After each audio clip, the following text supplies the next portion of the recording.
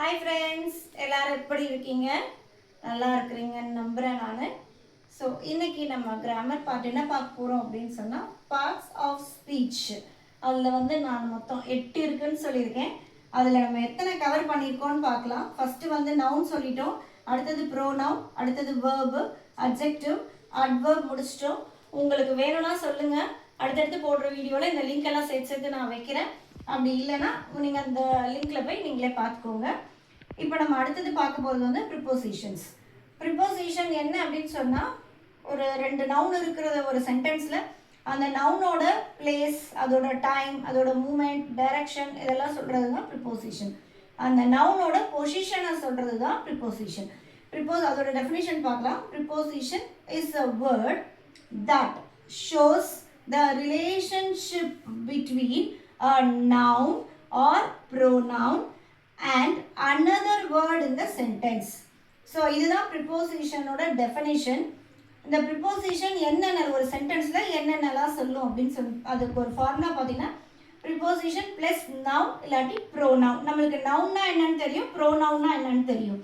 So இப்போ இது எப்படி என்னென்ன இதோட டைப்ஸ் என்ன இருக்குன்னு சொல்லி பார்த்தீங்கன்னா ப்ரிப்போசிஷனோட பொசிஷன், பிளேஸ், டைம், மூமெண்ட் இல்லாட்டி டைரக்ஷன், இதை சொல்கிறது தான் இந்த ப்ரிப்போசிஷனோட work.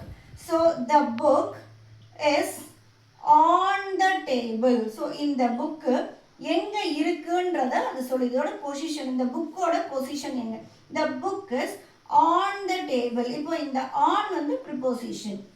She is sitting under the tree. இந்த கேர்ள் எங்க உட்கார்ந்துருக்கா, அண்டர் த ட்ரீ. ஸோ இந்த நவுனோட பொசிஷனை இந்த ப்ரிப்போசிஷன் தான் நம்மளுக்கு டிஃபைன் பண்ணுது. ஸோ அதனால் இது வந்து ப்ரிப்போசிஷன்.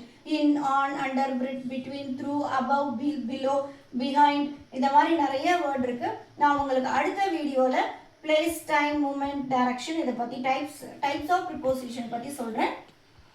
பிடிச்சிருந்ததுன்னா மறக்காமல் லைக் பண்ணிக்கோங்க, சப்ஸ்கிரைப் பண்ணிக்கோங்க, கண்டிப்பாக கமெண்ட்ஸ் போடுங்க. அதே மாதிரி ஆல்ரெடி நான் போட்ட வீடியோலலாம் வந்து உங்களுக்கு வந்து ஒரே வேர்டில் வவல்ஸ் வர மாதிரி வேர்டெல்லாம் போடுங்கன்னு சொல்லியிருந்தேன். அதெல்லாம் போடுங்க. நீங்கள் போட்டிங்கன்னா தான் எனக்கு கொஞ்சம் என்கரேஜ்மெண்ட்டாக இருக்கும். நான் வந்து அடுத்தடுத்த வீடியோ போடுறதுக்கு நல்லாயிருக்கும். தேங்க்ஸ் ஃபார் வாட்சிங்.